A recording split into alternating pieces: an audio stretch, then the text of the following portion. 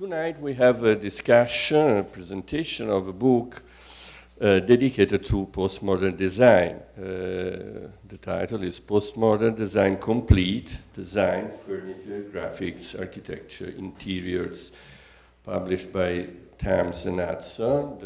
If you want the book, it's outside, you can sell, and the author, Judith Gura, could sign at the end of the evening.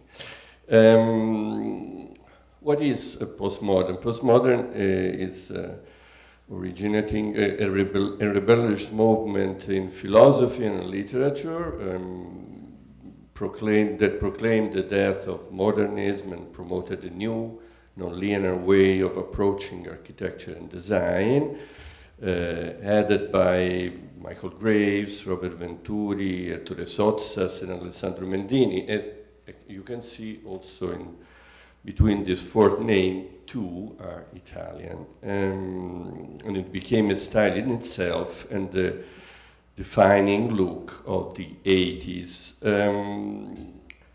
Tonight, Judith Gura decided to speak about the role of Italian designers in this movement. The title of the evening is Post-War to Postmodern, Italy Inspires Design. Not only the two names that I said before, but also architects like Paolo Portoghesi or Aldo Rossi, designers like Andrea Branzi, Michele De Lucchi, who was here at the Institute last year for the Italian Design Day, Gaetano Pesce, and also producer of design items. And I have to say that I grew up in a city, Florence, where postmodernism, in a political and radical version, was very strong when I was young. And some names of people that I met then are inside the book, like Superstudio, Archizoom, or Lapo Binazzi. And so, this is the event of tonight. Judith Gura is a design historian, author, and professor of design history and theory at the New York School of Interior Design. He published many books about design, obviously. She is a graduate of Cornell University. She has a master's degree in history of design and decorative arts from the Bard Graduate Center.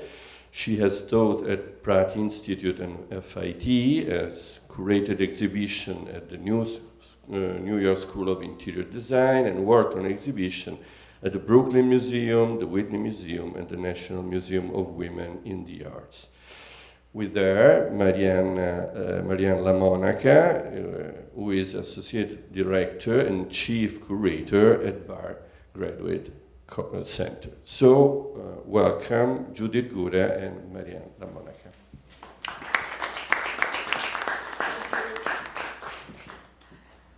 Thank you for having us tonight.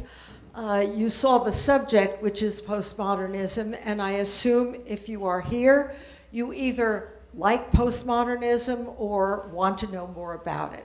One of the things that's most distinctive about it, it's a style that people love to hate.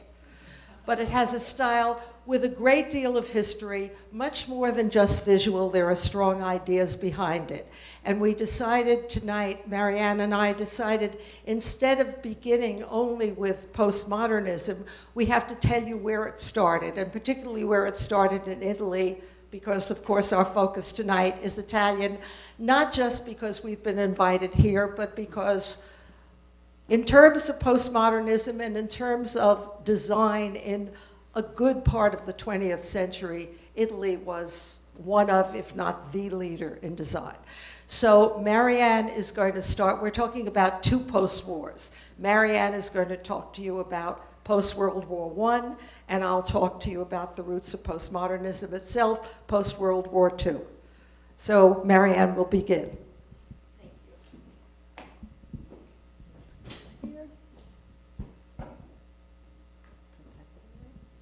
I'm going to put this back in here. Okay. Can I be heard in the back of the room? I'm going to move one slide ahead. And I'm actually beginning way long time ago at the beginning, at the end of the 19th century. But I'm going to move very quickly through. So thank you all. Thank you, Judith, for inviting me to partner with you on this presentation. And as Judith said, so my role here tonight is to talk about Italian design in the early part of the 20th century. My own focus has been on the period of fascism, so I'm going to work through that. And since we're in the Italian Cultural Center, I'm sure many of the things that I'll say will be known to some of you, if not all of you. So let's just say that I don't need to remind anyone here that Italy was a newly unified nation at the end of the 19th century, and considerable developments were made at that time in northern textile and chemical industries and other mechanical industries, but there was a huge gap economically between the north and the south. Most of the Italian population still lived in the countryside, and approximately 75% of the nation were illiterate. We're talking about the end of the 19th century. So the economic and cultural factors that informed Italy in this period included this evolution from a rural to an urban society, one of artisans and farmers to salaried employees, and the large emigration of southern agrarian workers into the north, and of course a growing middle class consumer market. Before Italy could begin to attain an economic level that was on par with some of its advanced European neighbors, it had to develop many new initiatives in industry and around public works infrastructure. So significantly in the applied arts, which is what we're going to be talking about tonight, and then later industrial design, they would play a large part in the production and consumption of goods, and artisanal workshops, both large and small, were an essential element of the cities. In both the cities and the countryside, homes were, most people purchased things from small workshops, and that becomes a trope, as Judith will talk about, throughout the whole of Italian design. Ceramics, glass, and furniture had a long history, of course, in these small manufacturers, with regional craft workshops supplying both low-income people, if we say that, farmers and others, as well as the upper middle class. And Italy, like other nations at the time, recognized the need to create a national style, so to make a coherent design style. At this time, at the end of the 19th century, at the very beginning of the 20th, we have here the monument to Victor Emmanuel and a neo-Renaissance chair, which give a good example of the kind of bombastic looking back to the Renaissance in design at the turn of the century. But of course, you know that in 1902, in Turin, there was the famous exhibition of modern decorative arts, in which Italy, for the first time, tried to express a new style that was free from this academic and Renaissance historical styles. So the exhibition introduced into Italy an Italian variation of Art Nouveau, which had been popularized, of course, in Paris and in Belgium, and especially around the turn of the century at the exposition of 1900 in Paris. And what I'm showing you here is a small cabinet, as well as an interior of a room that's called the Lauro Room, which was presented at the Turin exhibition. And you can see here, I hope, that while this beautiful organic style was highly decorative, and also the craftsmanship was exceptional, this Reformation, which at the time was considered a Reformation, really petered out quite quickly. And but the celebration of craftsmanship and artisanal work that was always consistent within the period. And I want to sort of jump ahead to the period around 1911, another exhibition.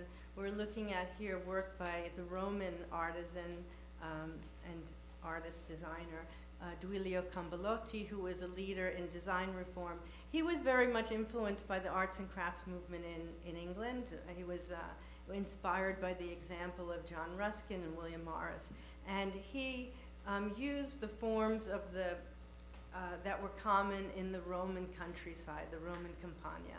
And you see here on your left, it's actually a small postcard for the exposition of 1911 in Rome, and you see women here wearing, and men in the background, wearing traditional costumes of that part of Italy.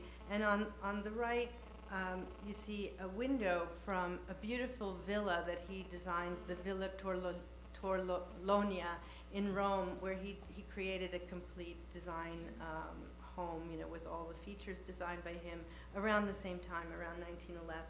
And then just to have one slide here of someone else working in a similar manner, Alessandro Mazzucatelli, working in Milano, who was very much interested, again, in the social reforms that artisanal craft could bring to lower class and uneducated young men primarily. He was working as a blacksmith.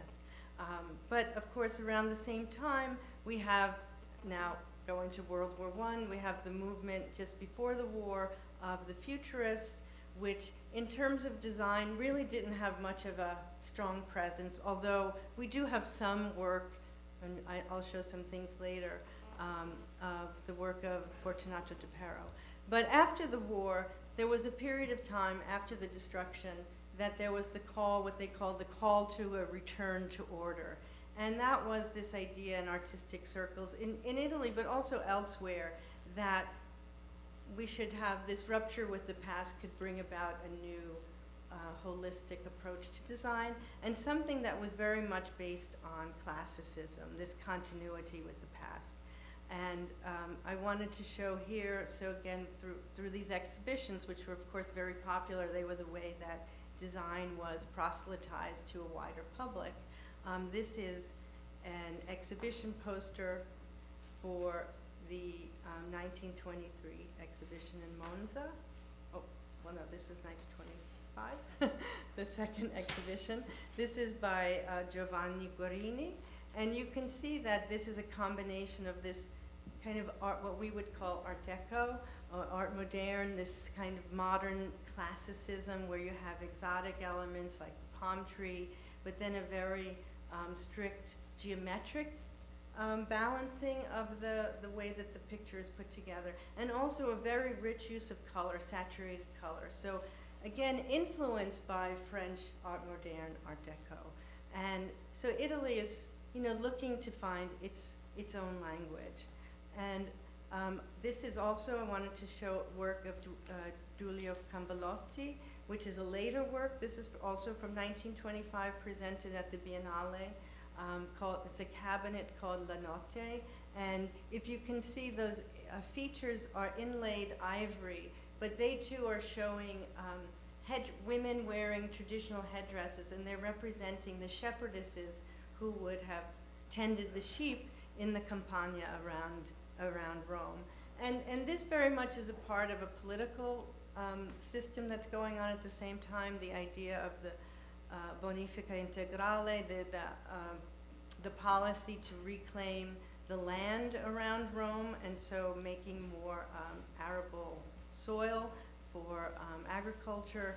And so you see these tensions with this moving towards modernity, but then keeping this focus on the continuity of this kind of archaic Roman heritage, Roman Campagna, not the classical Roman.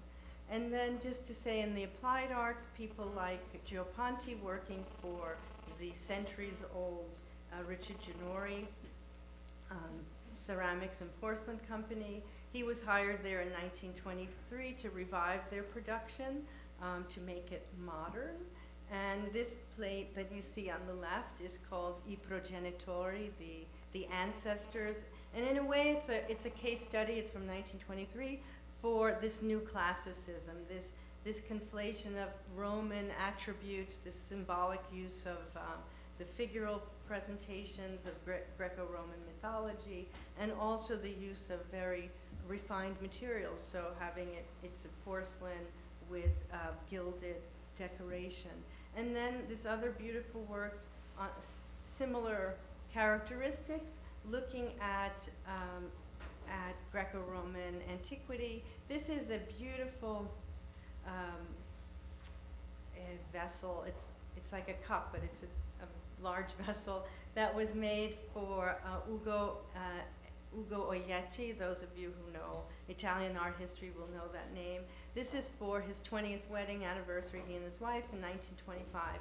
And here you see mythological characters like Apollo and Icarus, and words that refer to war and recovery and things like that. So this program to use classical features to reinvigorate Italian design, but not doing it in the way at the end of the 19th century where it was this eclectic use of decorative historical features.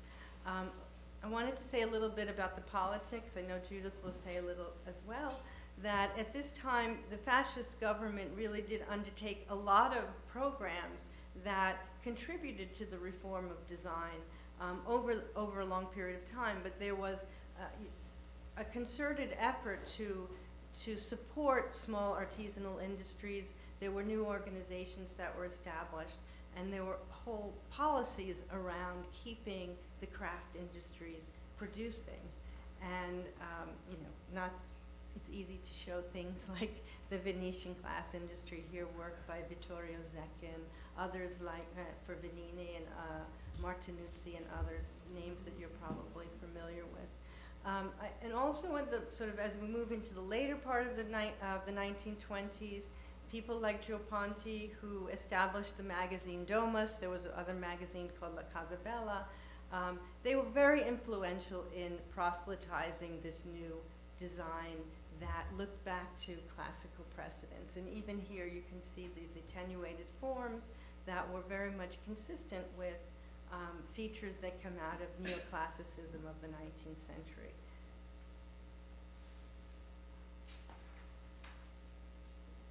And sort of an analog to this kind of neoclassicism was this almost tongue-in-cheek, I would say, work by, it's a dinnerware service for Leveno, which is another large ceramic producer in Italy, that this was showing this kind of 18th century shepherdess, so a kind of modern conception of the countryside and agrarian lifestyle. So this kind of satire of the Italian urban middle class who had country houses. And in fact, Domus magazine was a magazine, it was called Town and Country, was this sort of subtitle.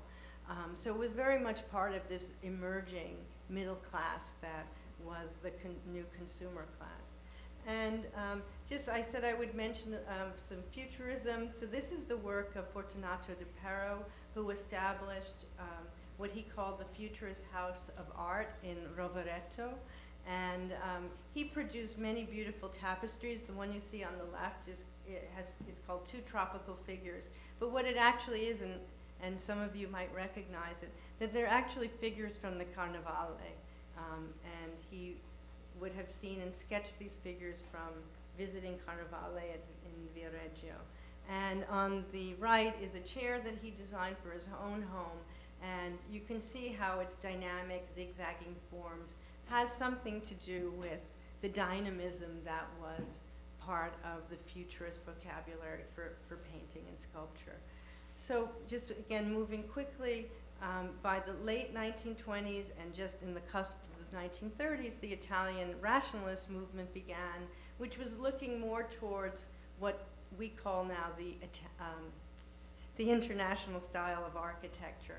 So developing characteristics that were much more in line with this mechanistic industrial aesthetic that was more popular, say, in Germany with Walter Gropius at the Bauhaus, or in France with Le Corbusier. And an interest in things like linoleum and all kinds of new materials. So I just wanted to put that up. The very well-known Casa del Fascio of Como, which is by Cerrone from 1933. So this building was designed as a house of glass, a way of physical realization of this symbolic use of architecture and glass to represent fascism. And it also featured experimentation experimentation with furniture. So again, referring back to this use of tubular steel that became popular through the Bauhaus with Marcel Breuer and Mies van der Rohe. So here's some examples from Cerrone. And just here on the screen on the left is Luciano Baldassarre's Luminator light, which is made of chrome and steel. And on the right is an entry for a competition for the Gramophone Society in 1933 by Puccini and Fellini. So this all to say that there was this other current going on, which was really looking at design in an industrial way that was much more influenced from the Northern European architects and designers. And here's some other works by Luigi Vietti on the left and Gabriele Mucchi on the right.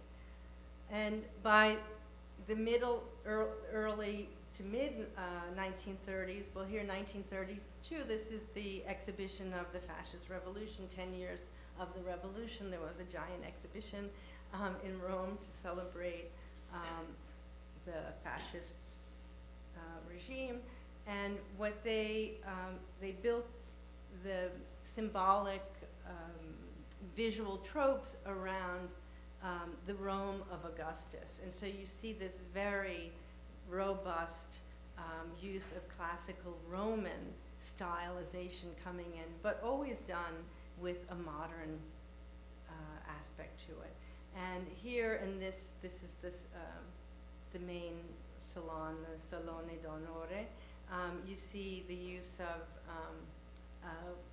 well, along the walls, which you can hardly see, there were these giant photographic blow-ups, but they showed people like Julius Caesar and Augustus and Trajan.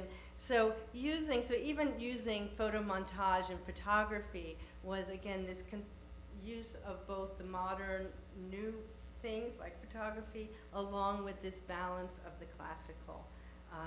And something quite different, but happening at the same time, is this villa, a studio for an artist by Puccini and Fellini, which was presented at the Triennale in 1933. So this was characterized as being Latin and Mediterranean, because they felt they had reached this wonderful mixture of creating a modern style that still encompassed something that was inherently Italian in the way the structure is, in the way it's constructed, the use of materials, and other forms. And this is from the 1936 Triennale. This is a small mural that was done by Tullio d'Albisola. And what's interesting here, so this is a portrayal of the new fascist man. But why I show it tonight is because it's interesting what the men are carrying. So this idea of the man as maker and the importance of art and industry is very much embedded in the way that the fascist regime was promoting the industries. And this is a work also by the painter Mario Cerrone, who in fact did some furniture design, which is a surprise to me. This is from the 1930s, and you can see this wonderful suite, very, again, what we would think of as Art Deco. And I just quote something that was written at that time that says that classical is not a temporal choice, it is a spiritual category, and that a work of art is classical when it succeeds in transcending its own and every time. So it's the way we use it today to say, oh, those are classic shoes by, I don't know, somebody, or a classic dress by Chanel. So in that sense, this grappling with classicism that was something very much inherent to the national character in Italy, but something that could transcend Italy itself. And we also see at this time, of course, because of the beginning in the 1930s, with the invasion of Ethiopia, Italy was under an economic embargo by the League of Nations, and they developed a policy of self-sufficiency or autarkia. And there were many, many projects, and the use of materials that were all homegrown, so to speak. And aluminum became one of those those materials that were very much celebrated. And you see at the bottom right a table that is almost in Roman style, but made out of aluminum. And then an ad on the left, those are for Ferragamo shoes. And the one at the top is an ad showing different materials that were being made out of milk products, or say like dairy product. And so all of these inventive ways to develop the design industries. This again, aluminum. So this whole thing, buy, a promotional poster for buy Italian products. And of course, by the end of this period, you have the design of the Fiat Cinquecento. And what's interesting about the Fiat is that, again, the Fiat itself grows out of this desire to be modern, to have high quality engineering and design achievements, but also to be, in a sense, democratic, to create something that was, sort of approachable for the common man. So just quickly, everyone knows, moving towards the end, the decade of the 1950s was an era when there was extraordinary need in the Italian, the whole peninsula, which was ravaged by war. And this was just an image I pulled off of the internet from Life magazine of 1944. And still at this time, much of Italian design production operated on a very small scale. And it created this close relationship between designers and manufacturers. And people like Gio Ponti, for example, who was the founder and director of Domus, even during the war, he would go around Italy and look for these small workshops and promote them in the magazine, both in Domus and another magazine that he founded called Stile. So in the 15 years that followed the end of the war, Italy underwent dramatic social and economic change. And from a post-war condition in which more than 2/3 of its industrial capacity and almost 80% of its infrastructure were in need of repair and replacement. So it really was an economic miracle, as it's called, in Italy, when through not only investment by the US and others through the Marshall Plan, but these years when the traditional craftsmen were able to revive and make things like the famous Margherita chair by Franco Albini of 1950. This is a chair that was awarded the grand prize at the 9th Triennale in 1951 for this combination of its rational design, something that's based on suspension bridge construction, as well as the use of a very poor material, right? So it's made out of rattan. So it's a very interesting combination. The Triennale, of course, continued right after the war. It began again in 1947. And then there was also the establishment, and those who know design in Italy, of the Compasso d'Oro, very important design prize, which started in the early 1950s as well. So all of these things came together to promote Italian design. This is Fulvio Bianconi's Arlecchino vase that was typical of what was being produced in the Venini workshops in the early years of the 1950s. We're all familiar with Roman Holiday, and I bring this up now because I wanted to introduce the idea that because of the Marshall Plan, Americans were very much interested and intrigued by Italy, and they traveled to Italy in huge numbers. And there was this great going back and forth of people and products. And in fact, people like, that were running Olivetti and other companies, they had come to the US to see how we were doing production and manufacture and brought some of those things back to Italy. But I wanted to introduce this exhibition which was at the Brooklyn Museum in 1950, which is called Italy at Work, a Renaissance in Design Today. And I wanted to bring it up because, again, it's using the word Renaissance. And the Renaissance, this idea of the Renaissance, but also this idea of the historical aspect, remains a constant feature. And the show included things like straw hats as well as this extraordinary room by Carla Mulino. Those of you who might know his work in this organic style.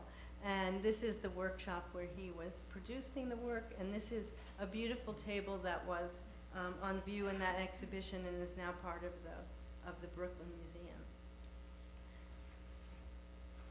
So Italy at Work introduced many Americans. It traveled to 10 museums throughout the United States, and people saw work like these things by Paolo Vanini and Joe Ponti on the right, and this beautiful Pietro Dura tabletop that was designed by Enrico Prampolini, who was a futurist artist, but now translating his design into something for the home. So just interesting ideas. And then the outcome of these projects like Italy at Work is that people like Joe Ponti and others get commissions in the United States. So Joe Ponti wins this competition for Reed and Barton. We're here in Midtown Manhattan. Many of you might know that BBPR, the Italian firm, designed the Olivetti showroom just here in Midtown. And Joe Ponti did a pavilion at the Time and Life building at the end in 1958. So there was a lot of input from the Americans and the Italians into America. But so to wind up around the 1950s, the early 1950s, working closely with industry was really an important phenomenon. And Marco Zanuzzo's Lady Chair for Arflex, combines this sense of a traditional armchair, but now made in foam rubber, no longer with traditional upholstery. But those ideas had already started in the 1930s. In fact, if you were to go back to some of the Triennale, you would see Pirelli foam rubber being used. And here's an interior showing it. Overall, of course, consumption increased, and we have now the development of real industrial design in Italy with people like Marcello Nizzoli, who's Mirella sewing machine up at the top right from 1957. Here was made for Necchi, and it was sold to women door to door, and it was a home sewing machine. Most women made their own clothes. Still in the 1950s, even here in the US, I'd say. So the success of this is an Olivetti poster from the end of the 1940s. So the success of these industries, the rebirth of these industries, created this idea that Italian design was this very sleek, highly sophisticated industrial work, but all of it really emanating out of a traditional artisanal background. And of course, most of these people, and we already heard a little bit, are architect designers. Most designers in Italy train as architects. There was really no profession of designer. And in fact, Marcello Nizzoli was a painter, and he went into the profession of industrial design. And I just want to, so a chair by Albini, the Luisa chair from 1951. And I wanted to end here with the rather famous Superleggera chair of Joe Ponti from 1957. And it's an interesting piece because it's based on the traditional Ligurian chair called the Chiavari chair.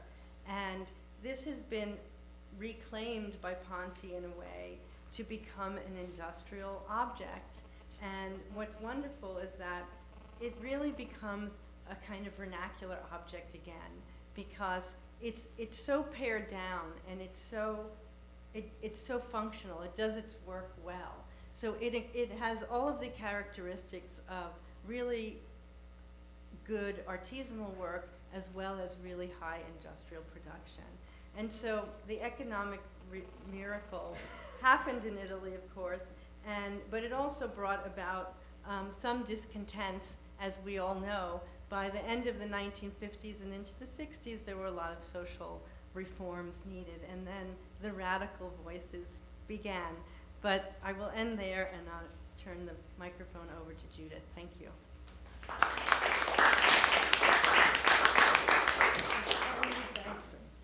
So I'm just advancing like that. Here's my slide. Judith Gura and Postmodernism. Okay. Oh, wait a minute. Now, You have to put up yours. I need help. No, I'll do it. Okay. I only work on an Apple, and this is a PC. No, this is mine. That's going to be yours.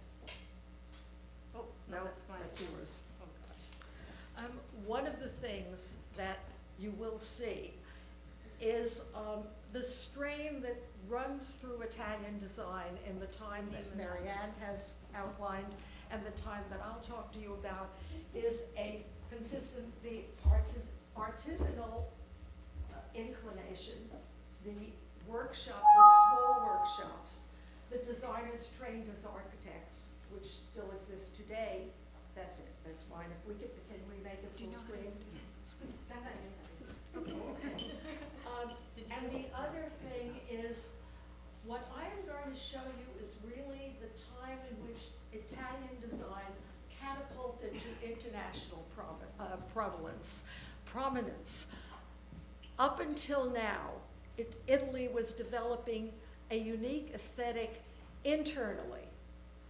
This is the time when almost everything I show you could not have been designed any place but in Italy.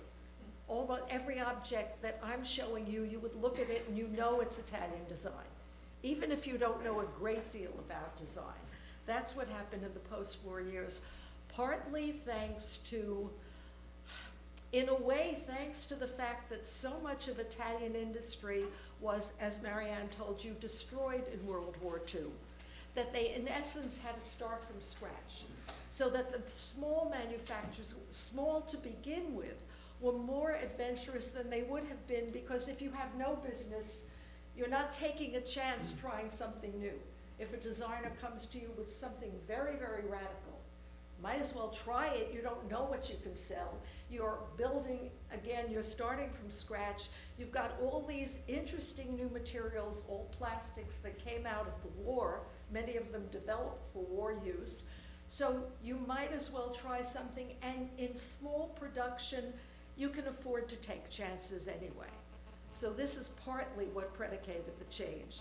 The other thing that happened, beginning with Gioponti moving the Triennale from Monza to Milan, by the time the 11th one happened after the war, that became, let's say by the 60s for sure, if you wanted to know what was new in design, you looked to the Triennale, as you still do today. But you know, on the internet, you don't have to go to the Triennale. But you look to what Italy was doing to follow what was going on, what was new. So what was new was this kind of thing. Now these are objects, many of you will recognize them. But what happened is, you know, you would look at this, nobody else was interested in doing this kind of thing. So like it or hate it, people recognize that they came out of Italy.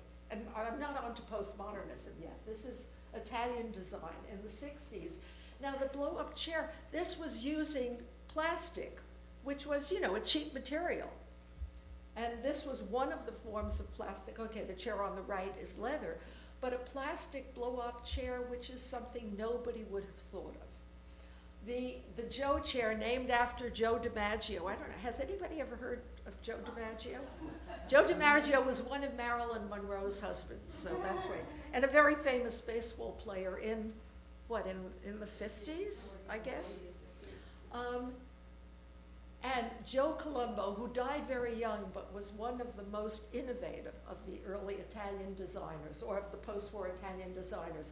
This, the first injection molded plastic chair.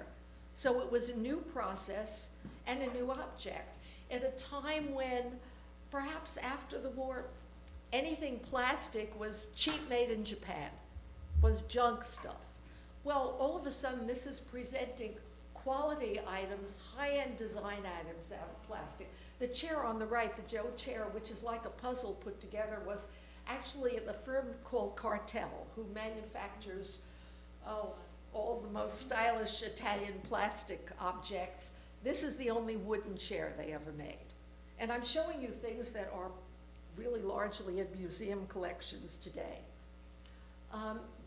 This doesn't show up, but the Castiglione brothers did lamps like this in the 60s, in the 70s, if you liked contemporary furniture. So let's say you were furnishing a house with things like the Barcelona chair from the Bauhaus, for some of you who know furniture. The formula to put with that had to be a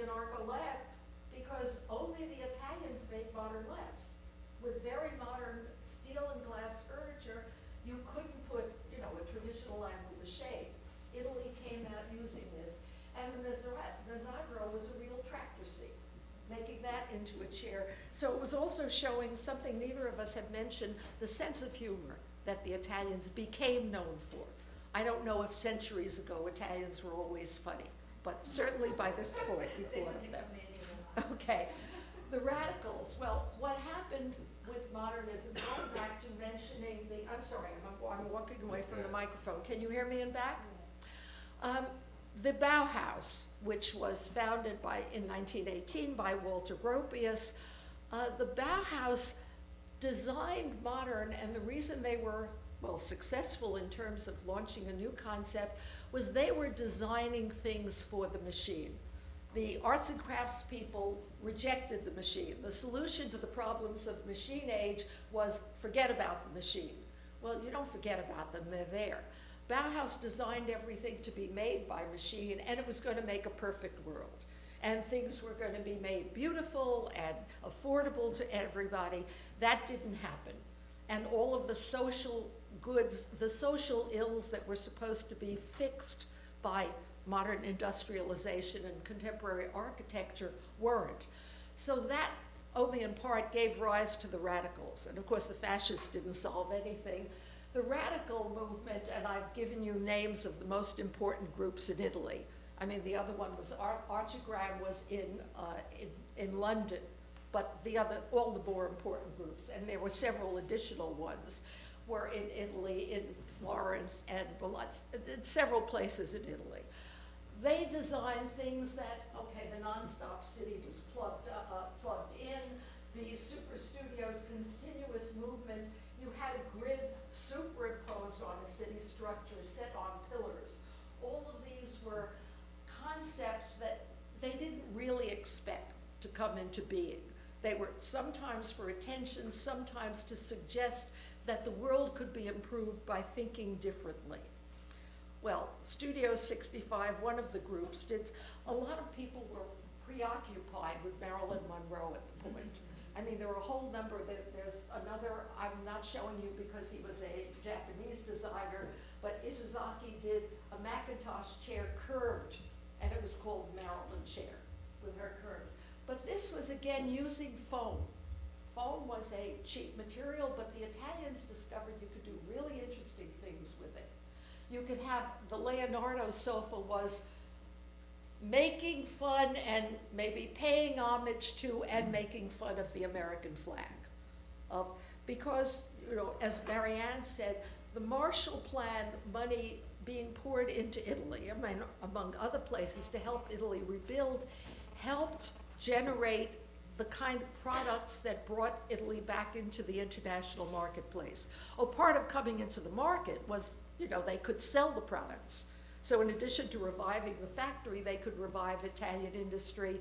And Marianne referred to the phrase, the Italian miracle was what was what the design community referred to Italy in terms of the country rising out of the ashes of the war to become an international force.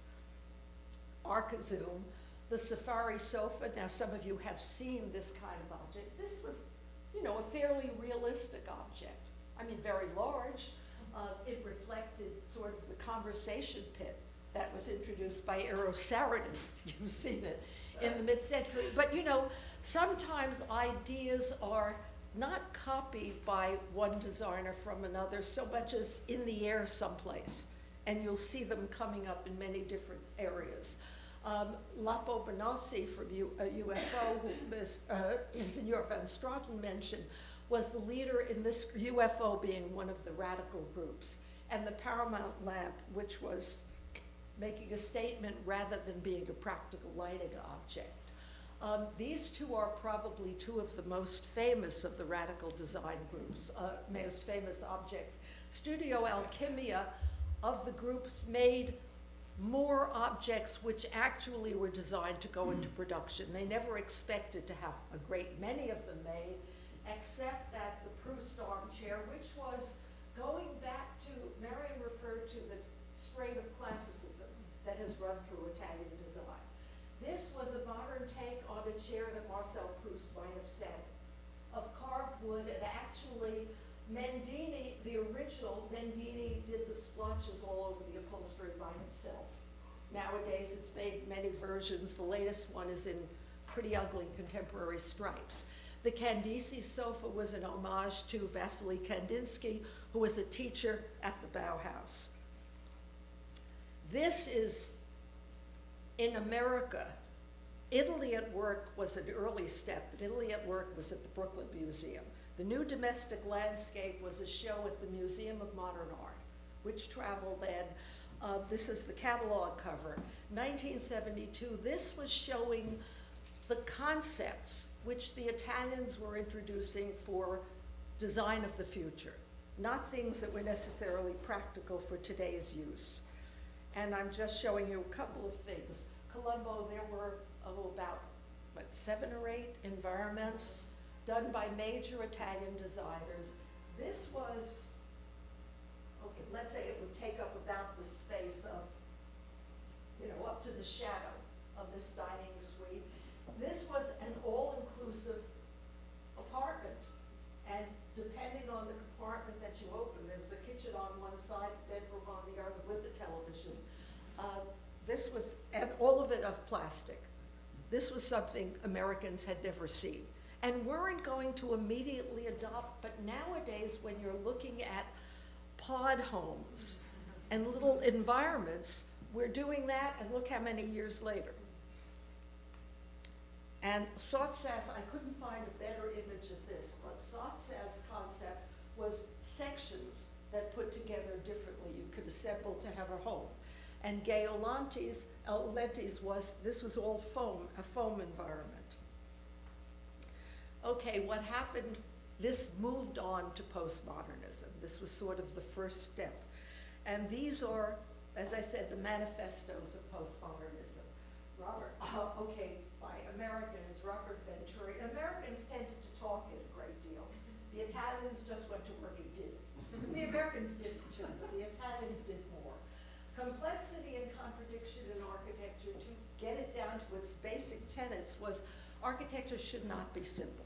This was all, and I haven't said this before, postmodernism was more than just this, but most basically it was rebelling against modernism in the form, capital M modernism, in the form of the Bauhaus of the international style. International style architecture is what grew out of the Bauhaus. And what it was is forms, everything was linear, everything was totally unornamented. Ornament was verboten, and large expanses of glass and ribbon windows. To the postmodernists, this was sterile architecture. Thank you, you could hear the fuzz in the voice. Oh. This was sterile. It was buildings trying to look like the Seagram building, which was perhaps the star of postmodernism.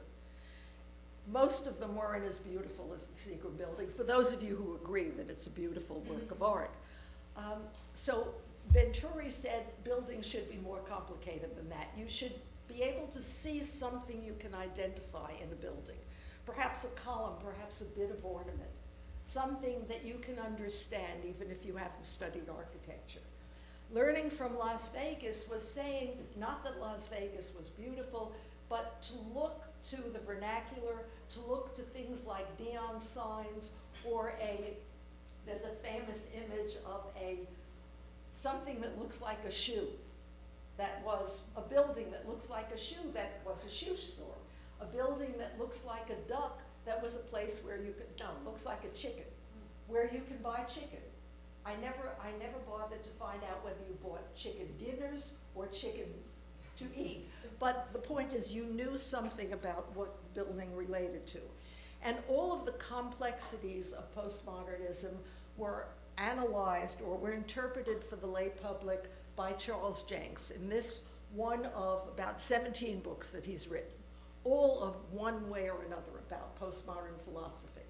So the two star Italians in postmodernism were Ettore Sottsass and Alessandro Mendini. They were competitors of a sort, and both of them were very outspoken. Both of them were very public, perhaps Sottsass more than anyone else, but these are the people who brought postmodernism to the fore. And perhaps Although Mendini became famous first, Sottsass most because of what he did after, and I'll tell you.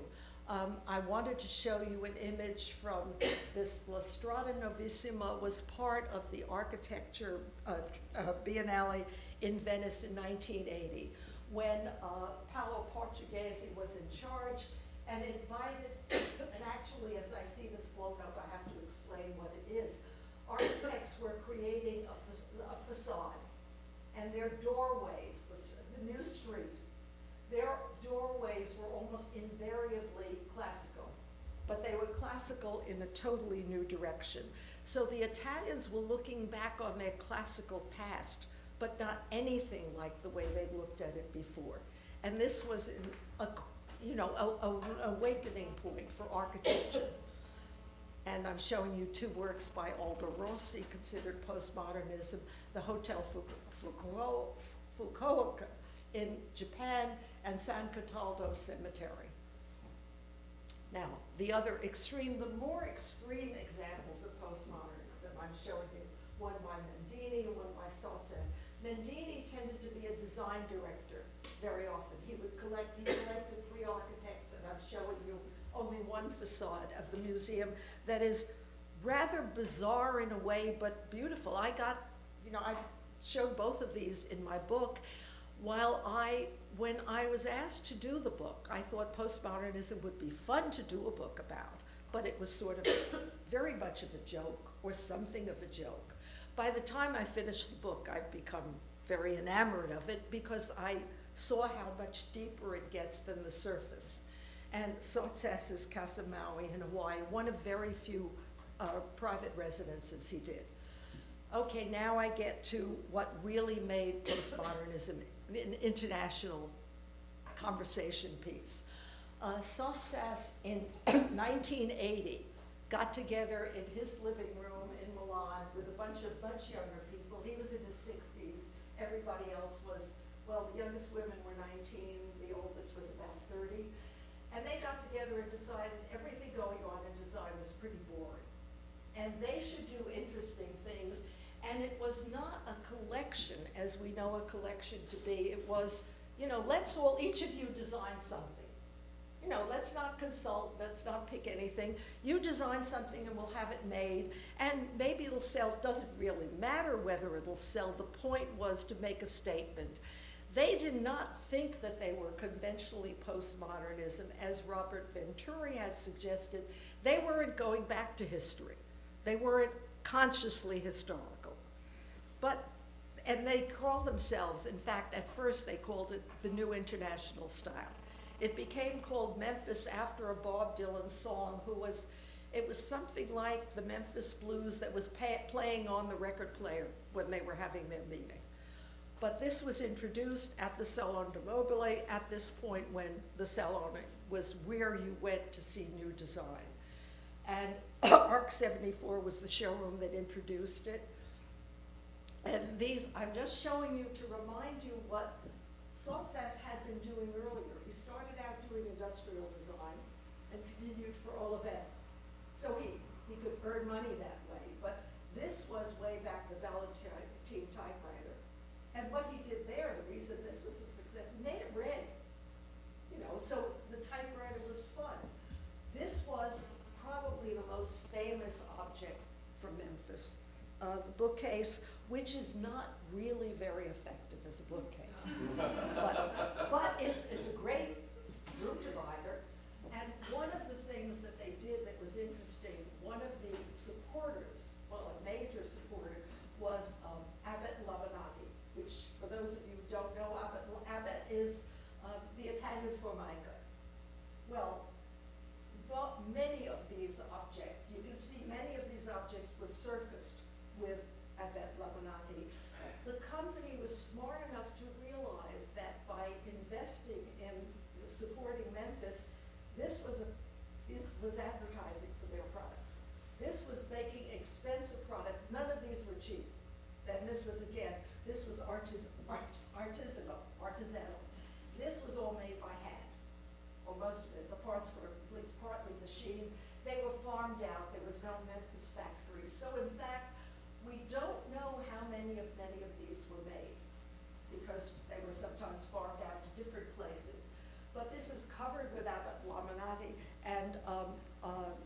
Artimony agreed to help distribute it, so they had manufacturer support. And they invited other people to join, but most of the participants were Italian. And some other things, Sotsas was the most prolific of the group, which now he withdrew after, in 1987, the group disbanded in 88. They had accomplished what they wanted to. They went on to other things. Some of them continued to design in postmodern style. Others went on to do different things. But Sotsas did a great deal of glassware. Now, one of the things I must tell you about postmodern furniture is it doesn't play well with others. It's very difficult for you. This is another bookcase with a couple of drawers in it. It's very difficult to put this into your 18th century home. You can put one piece as a work of art or as a showpiece, but a lot of people didn't know what to do with it. I remember when I started in the design area, in the 1980s, you would see very avant-garde architects. Everybody bought one Memphis piece and put it in the architectural office to show that they were on top of things. But some said it was pretty easy for you to put a small object of glassware, and their glassware was the most saleable of what they made. They made lamps. None of the lamps, I had never seen a Memphis lamp that lights well. I mean, that's good as a functional piece of light, but they're all wonderful on your bookshelves or on the floor. This was supposedly made in the image of his own profile. Andrea Bronzi, who still likes to combine natural materials with industrial materials, and his Animali Domestici, the Century Chaise Lounge, and all of these pieces were made for Memphis. Michele Delucci, the Lido sofa was from the first collection and is one of the most recognized pieces, but the first chair was probably the most successful in terms of actually selling, because it's really a relatively comfortable chair. The back is springy. It's made of strange material. Well, the steel is not a strange material. And I forgot to label the lamp. Marco Zanini. Again, the piece on the left is a lamp. Matteo Toons. This is a teapot. Teapot, not tea kettle. It's not really a very good working teapot. He made several pieces similar to this, but again, they're made for the idea, made as display pieces. And I must remind you again, the ceramic, the Abet ceramic, these, nobody cared if they sell. And Sotsas also felt that this would be a passing fad. It was a design statement, but as I said, real products, more realistic than the work of the radicals, but not under the pressure to actually be very profitable. And Aldo Cibic, a trolley on the left. Now, Massimo Iosagini was the only one who did really organic forms. He was sort of his own look. And I've just shown you a few. I've also picked up only Italian examples of postmodern design. Casabella and Domus were two of the most influential design publications. And it was, Apatari was the third.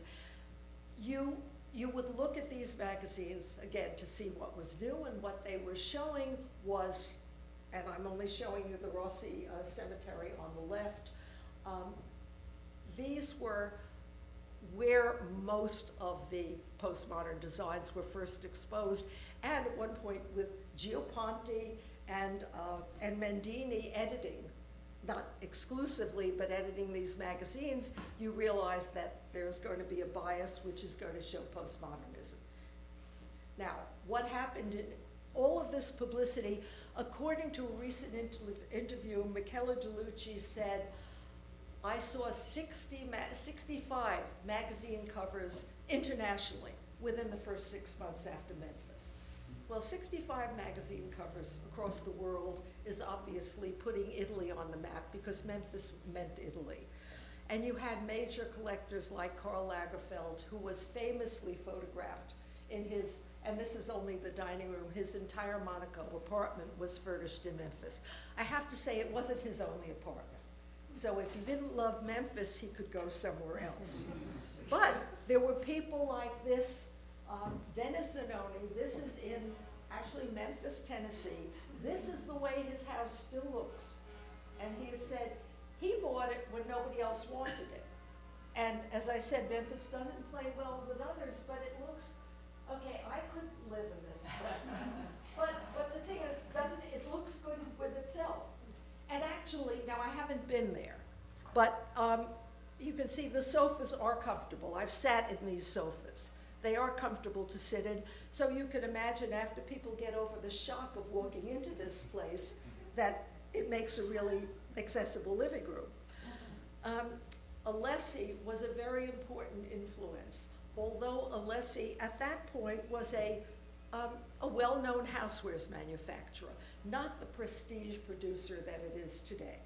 And the Alessi people decided it was very smart to take design as a way of promoting themselves, partly because of Memphis and partly because this was the time with the postmodernism which called attention to architecture, not just in Italy, very much in America, where postmodernism took hold in major architects like Michael Graves and Robert Venturi. This was the beginning of the superstar architect. So what Alessi did is invited 11 architects. One of them dropped out. Isozaki couldn't produce his object in time. They invited the architects to make tea and coffee services in silver. Well, for the architects, this was an interesting challenge. You could work on a small scale. You could do something that was fun. You didn't have a client to worry about. So some of them were wonderful. Some of them were a little bizarre. Aldo Rossi's looked like the kind of architectural shape that Rossi did. Paolo Portuguesi's was very conservative and saleable. And Michael Graves was most successful because, and I made a note of it here, I have to remember, there were the 10 services, the prices, I don't want to be wrong about this, were from $12,000 to over $60,000. They were all limited editions of no more than 100. Many of them didn't get anywhere near that. But the point is, these got a lot of exposure. I'm showing you another American's.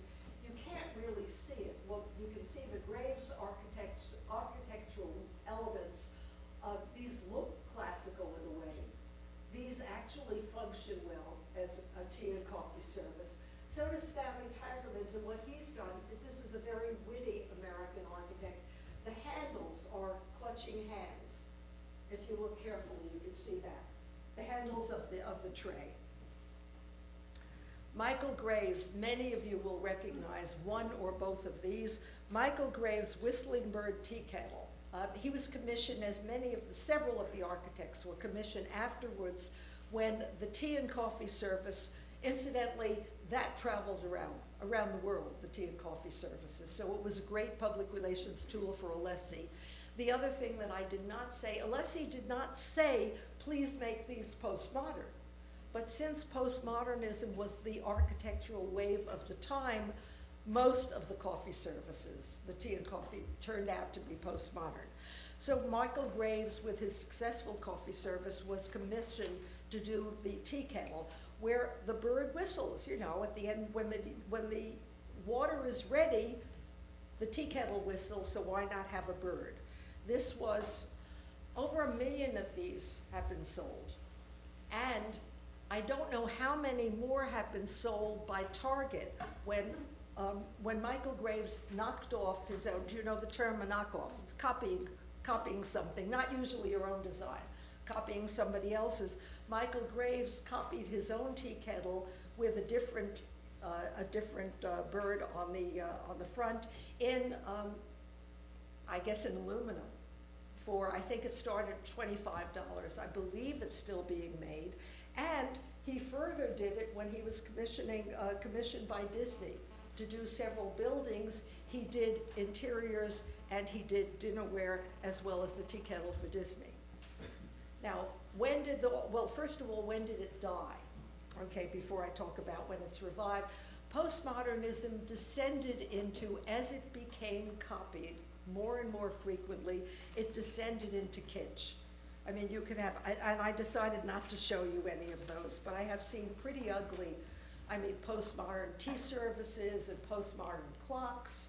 There wasn't a lot of postmodern furniture copied, but there was a lot of real garbage. It was cheap. People could say, I've got something new, and most of them were pretty ugly. So that's really what killed the style, along with the fact that it was a little bit difficult for many people to relate to. What happened is, after about 30 years, we're ready to look back to almost anything in the past. And after 30 years is the timeline that history generally gives us. After about 30 years, there's a whole generation that has never seen any of this. I've been teaching design history, actually, for 15 years. So let's say the past, I don't know that I asked students prior to this, but the past few years, I've shown when I got to postmodernism in the 20th century class, a lot of the designers, the young designers, look at me blankly. They've never seen this stuff before. And you realize, and they look at it with fresh eyes. Whereas those of us who saw it originally were like me. I mean, I went to Milan in the 80s, and somebody told me, you have to go look. I mean, I was new in the area, my first time in Milan at the Triennale, and you have to go see this stuff. And I didn't know what to think of it. You know, I thought they were joking. I didn't think it was ugly, but I thought they were joking, and then I thought, well, who would buy it? What could you do with it? Where could you put it? Where could I put it if I bought it for my home? And looking at it now, I understand it better. So let's say as of about the beginning of this century, you started to see trickles of postmodernism, little exhibits. A piece here and there would start to surface at an auction house like Phillips. They were very early to pick up on this. And in 2011, the Victoria and Albert Museum launched this exhibition, which put postmodernism in the international, in the headlights again, showing all aspects of it, and as it spread internationally. And what has happened since then, at Sotsas' 100th anniversary, the 100th anniversary of his birth. He died already, as you know. The 100th anniversary was last year, so there was a glass exhibition in Venice at the Triennale, and an exhibition at the Met Breuer last year. Did any of you see that? Okay, good. It was a lovely exhibition. It counterpointed, successfully and not always successfully, counterpointed Italian designs by Sotsas with designs from history that it might have reflected. And if any of you are going to Milan very soon, that's why I put until March, well, next week. Anybody going? Okay, you can go see this at the Triennale Design Museum, another Sotsas exhibition. There happened a couple. There was one in Los Angeles, about 7 or 8 years ago? 10 years ago. But all of this, Sotsas has begun to surface, and you see these objects in auction houses. David Bowie is the other celebrity, other than Saint Laurent, who has been most associated with Memphis.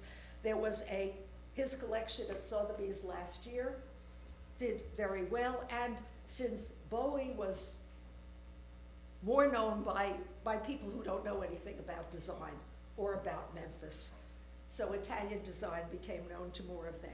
And just to show you a few examples of people who have obviously looked back to Memphis, Alsop, this Dusseldorf house, Adam Nathaniel Furman in London. Now this is a proposed exhibition, but he has just co-authored a book on postmodernism revived or postmodernism recaptured. It's something like that. I should have looked up the title. But he believes that this is an appropriate style. And you see this influencing design. These are two interiors that could not have been created before postmodernism. And designs that the designers of these objects in the American market all say that they were inspired by Memphis. So it is now being acknowledged, even though some of the architects who originally worked in postmodern style will now say, oh no, I never did anything like that. Well, someone at Michael Graves' office told me a couple of months ago, he said it's very difficult because we were sort of labeled postmodernists. And we want people to understand we don't only do that. That doesn't identify us exclusively. So others say, as I said, others deny it totally, but obviously it's meaningful in today's marketplace, primarily because, well, not only, but I think largely because it freed up people not to be restricted by any strict rules of design. Designers could feel free to express themselves, to play around, to say design is fun, to say I don't have to design something only for you. I can design it because I'd like to do it, and somebody in this room will like it. Somebody in the marketplace will like it. It even got copied in fashion. Now, I mean, the Adidas sneakers are fun. This is last year. The Dior dress is perfectly wearable. I don't know about those shoes at Dior too, but we do know that there are clothes that are made just for the runway. And this is perhaps the most extreme example I've known. There were two of these done as homage to Memphis in the last Milan Triennale. Again, as a Lamonaca, BMW did these for their own source of attention. But I figure somebody must have bought the cars. Well, I don't know, somebody probably bought the cars. And that about brings us up to the present in postmodernism. So we're going to talk about what we think is important about it, why it's important, and we're going to invite your questions on it. Okay.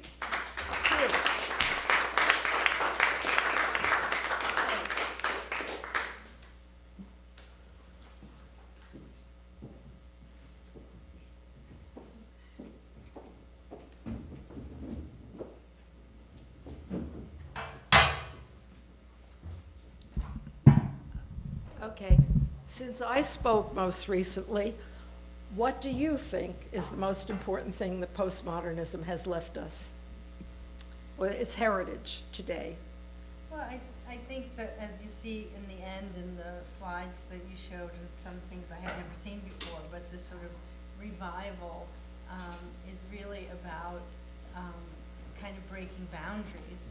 Because when you think about it, I mean, for all of us who look at shelter magazines and walk along New York streets where you find some of the design showrooms, there's a tendency to have this kind of, you know, the kind of mid-century modern has become so pervasive that it kind of negate, you know, it's kind of safe and beautiful, and I love that myself, you know, Eames and Nelson and Saarinen.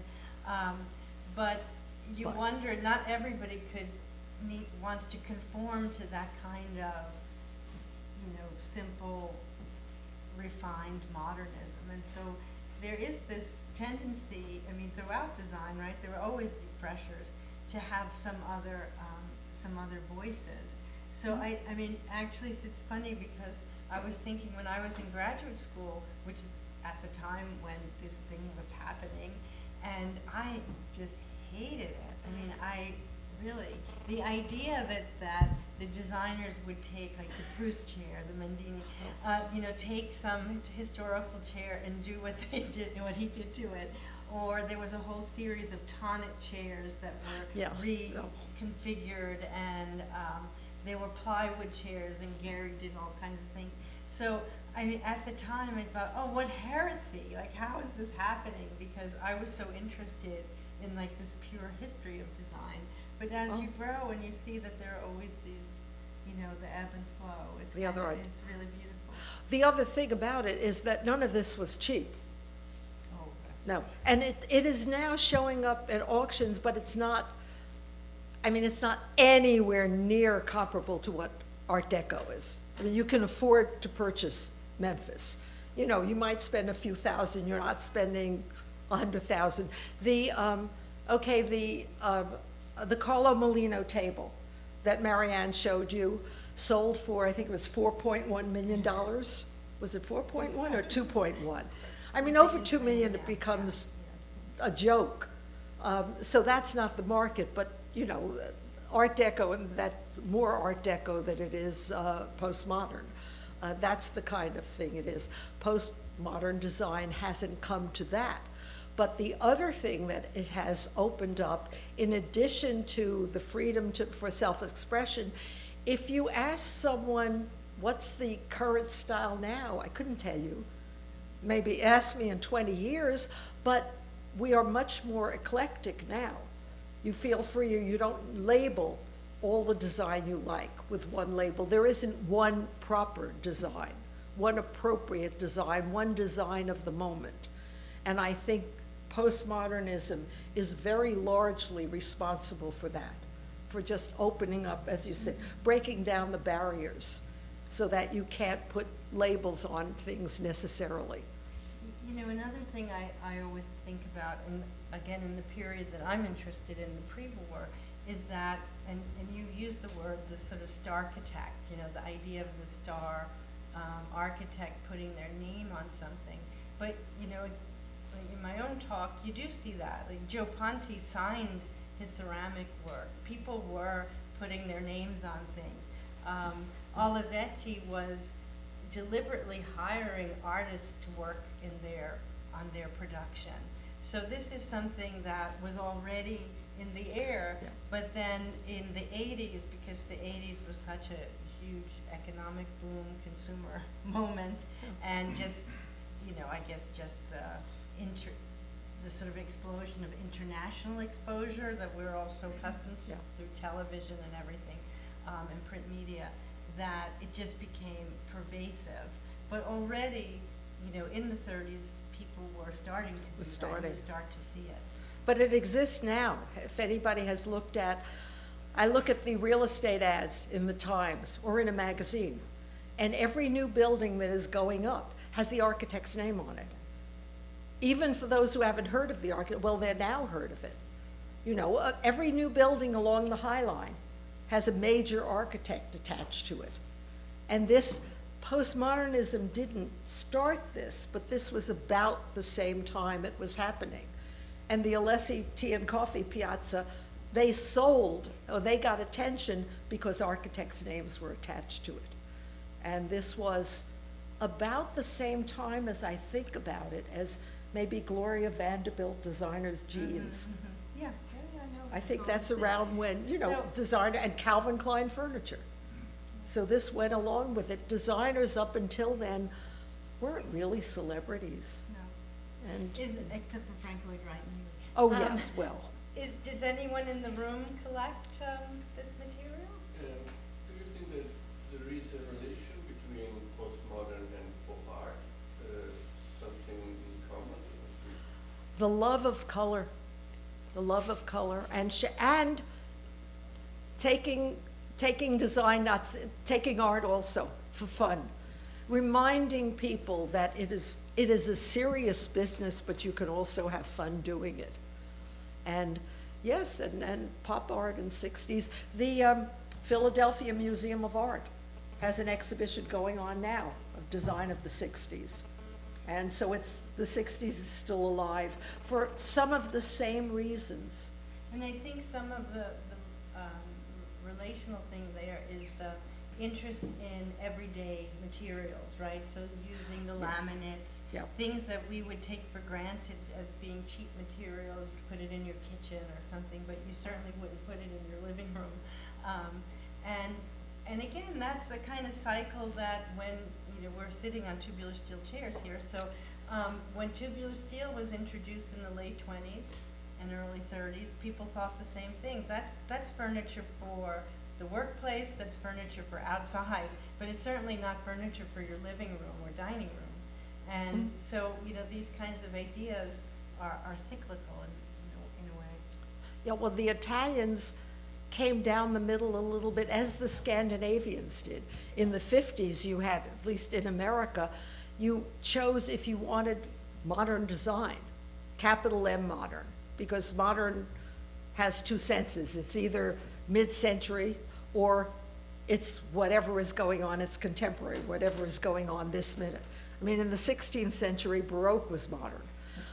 But you had a choice of Bauhaus design or Scandinavian design, which was wood.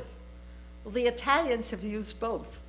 They've used wood and they've used craftsmanship. In America, we tended to reject craftsmanship until the studio craft movement.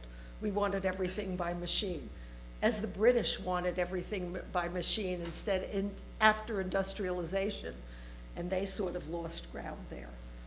But yeah, and pop art that you were just asking about, that was the first style that started with street style, you know, and what the youth quake in London. And now we're still, I guess currently we're still influenced by hip hop and whatever is going on. Hip hop and graffiti. Yes. Thank you very much. I'm just looking for the book. It's amazing. Oh, We thank are you. one of those who collect it. And the reaction of people every time they walk into the room kind of sums up how we feel every time we look at it. It's just a reminder that it's a break from what is quite conventional all around you.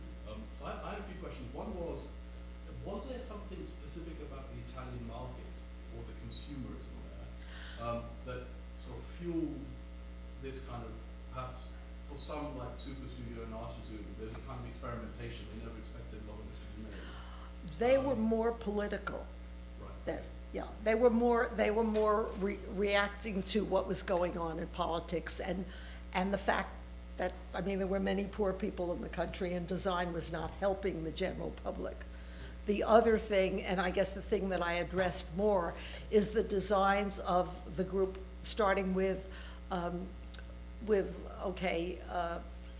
really starting with Memphis, which was to rebuild Italy in the international marketplace, starting with the earlier things like the blow-up chair and Joe Columbia. I didn't put Gaetano Pesce in there. No. He's still alive and still working, and he's in this book, but he is not specifically a postmodernist. He's off in his own direction, but rather than following anyone's philosophy. But yeah, was trying to So make that's them. funny that you're saying that Memphis was supposed to also be an image of how they wanted Italy, yet the designers were from everywhere, like Pasquet and others. And was it mostly picked up in Italy? I mean, we know other countries also bought into it. No, others, but it was started in Italy. It was picked up internationally, but they had, Peter Shire was the only American invited to participate in the group. Michael Graves never did anything for Memphis. I mean, I don't think any overwhelming reason, but actually, only because Peter Shire told me they met Sotsas he came over for some show in America, and they met him, and he had seen Peter Shire's, who did ceramic teapots, and they looked very much Memphis, and he said, hey, would you like to design for us? Peter Shire said, sure, and he designed a couple of pieces of furniture. And a couple of Japanese designed for them. Two French women, the two 19-year-olds in the original Memphis group. They were French women, but they didn't travel to France to find them. They were living or coming, no, actually he met Nathalie de Pasquet he's met her in Paris and said, hey, come do something for me. And she did small pieces because she said, well, I was going to be traveling back and forth between Paris and Italy, and I wanted things that I could carry with me. So, I wanted to answer to your question in a very funny way, in a sense. A couple of years ago, I was invited to do a project when I was working in Miami at the time. Do a project with the French National Art Collection. It's called the Kandc, C-N-A-P, and in the design collection, which had never had a show curated by anyone outside of the people who take care of the collection. So it's the national patrimony, and every year money gets spent through a juried selection to buy things for the state. So I went there, thinking, wow, this is amazing. I'm the first non-French curator to look at it. And I'm thinking it's going to be all French. And I discover they have an enormous amount of Italian material. And then as I delved into it to do research with the curator or the caretaker at the time, I learned that, well, this collection had been going on for a long time, but basically it was revived, the whole, like, the amount of money that was being spent and all, it was revived when Memphis happened. And the French were looking at this new Italian miracle and saying, why aren't we doing this? Why aren't we in the spotlight? And they started to collect the Memphis thing as a kind of catalyst for new design in France. If anyone French is listening to me, that's what I discovered that when I was doing my research. But I thought that was really so, telling, because that's really what it was. It's like no one really thought, we all know mid-century, right? People in America know Eames, and everybody had that in their home. But people don't really talk about design very much. But when postmodernism happened, everyone was talking about it. Because it was so visual. It was so yeah, well, a new okay, thing. Suzanne Slesson, who was a reporter for the New York Times, said now she would rethink what she said about it at first. She called it bizarre. And, she didn't say I hate it, but now, she said I wouldn't say quite the same things. Paola Antonelli, who's chief curator at MoMA, was a student at that point and hated it. Someone else said I think he said he was nauseated by it. An American architect, he was there. This was just not design. So there were a few people, and in America, it's barely in MoMA's collection. MoMA didn't buy it, but Craig Miller, who did an essay in the book, part of why I asked him, he bought some pieces for the Metropolitan Museum right at the beginning. And then he went on he became curator when he left the Met at Denver, so he amassed a major collection at Denver, and then at the Denver Museum of Art, and then at the Indianapolis Museum. So he was one of very few in America. And there were a couple of manufacturers who looked at it, but in America we're very conservative. And we're afraid of new styles that aren't, universally acclaimed. And we're still Victorian in many ways. But also American manufacturers have to produce so many in a new object. There aren't these boutique shops, so they can't afford to try anything very extreme. So there were a couple of collections that were labeled, Memphis influence, that were labeled postmodern. So it would be, columns for the legs of a table. But it was much easier to produce clocks and dinnerware and little accessories. I saw a postmodern toaster. Well, actually, Michael Graves did one for Target, which is sort of cute. But, there were a couple of awful things. So another thing I was thinking about when you see it in person, like at the Sotsas exhibition, is the scale, right? These pieces are pretty large. When you're talking about furniture. And again, that's something when you're thinking about design and we look at these objects, where was it meant to go? And, again, I don't have a huge, haven't been to so many places in Italy, but let's say, growing up in New York City, apartments in Italy, for the most part, in the urban centers, are much bigger than New York City apartments. They have much higher ceilings. And if people live in older buildings that are, modernized, they really have nice proportions. And so those pieces could fit into those places. But also, this was also the time of what do I want to say? The loft movement, right? Okay. So the loft started out, sort of in the 60s, but by the 80s, the loft thing became more middle, was no longer just for the avant-garde artsy people. So now you had people with money, the way people with money live in Williamsburg now, people with money moving into Soho and other places. And, they could have furniture like that didn't have to conform to a normal size living room or, dining room and things like that. So, okay, so are there any questions from the floor? Thank you for your question. I was just curious to know how much this postmodernism or this Memphis that has influenced Brazilian design. Because like now it's in one of the Campana and all those Italian descent, but they're going, I think, going back to Okay, when I think, I'm less familiar with with Brazilian design, except for people like Sergio Rodriguez, which is going back to the 60s.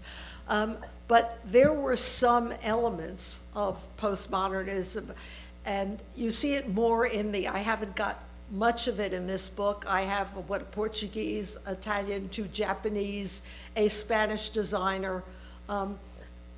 I didn't come across anything from Brazil, but the development went internationally, and the Victoria and Albert exhibition covered a broader swath of postmodernism, and in the architecture, more than that, there were bits and pieces of postmodernism really around the world, even though the main centers of it were America and Italy.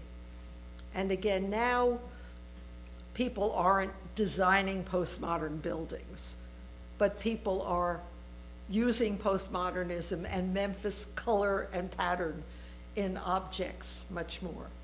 But I think we've kept you long enough. Oh yeah, we've kept you very long. So thank you very much. We will be available if you want to talk. Thank you.